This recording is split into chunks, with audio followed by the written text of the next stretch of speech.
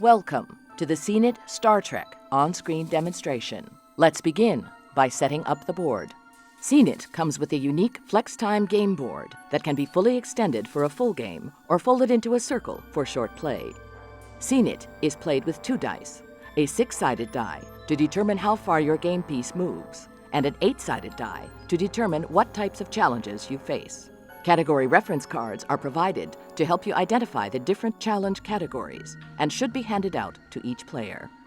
The trivia cards are split into 3 categories. Every card has a question from each category on the front and its corresponding answer on the back. You can use the DVD to adjust the amount of time from 10 to 30 seconds that players have to answer. Just go to Main Menu, then select the Timer option. Place the Prime Directive cards on the board and select a player to operate your DVD player's remote control. Refer to them as the DVD Master. Choose your playing pieces. Place them at the start location on the board, and you're ready to play. Start the game by rolling the numbered die to determine who goes first. At your turn, roll both dice and move the number of spaces shown on the numbered die. You now attempt to successfully complete a challenge from the category shown on the category die. When you win a challenge, you roll the dice again and take another turn. When you win a challenge while on a warp speed space, you move twice the distance shown on the numbered die. If you roll a Prime Directive card, your turn is over. Follow the instructions on the card, then pass the dice to the next player. If you roll a My Play is chosen from the DVD menu, and you attempt to answer the challenge that appears on screen.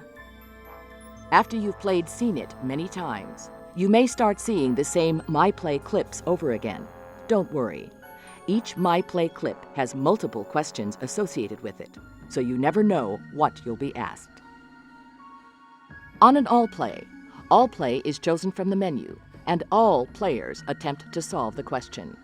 If the roller of the dice shouts out the correct answer first, they roll the dice again and take another turn. If someone else answers first, the roller's turn is over and the dice are handed to the next player.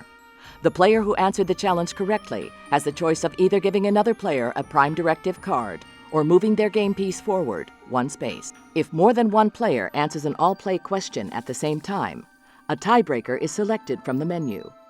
One player will use the remote to fire at attacking Romulan warbirds. If successful, that player wins the tiebreaker. If not, they will pass the remote to the next player in the tiebreaker.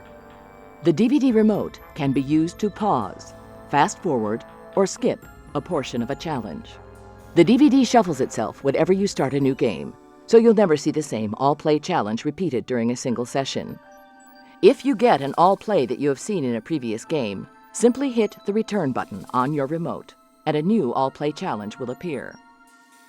On a roll of player's choice, the player can choose from any of the card categories, an all-play or a My Play DVD question. Okay, now that you understand how to play, let's talk about how to win. When a player reaches the Stop All Play to Win space, they are only one All Play to Win challenge away from winning the game. If they lose the challenge, they move to the outer circle of Final Frontier and pass the dice to the next player.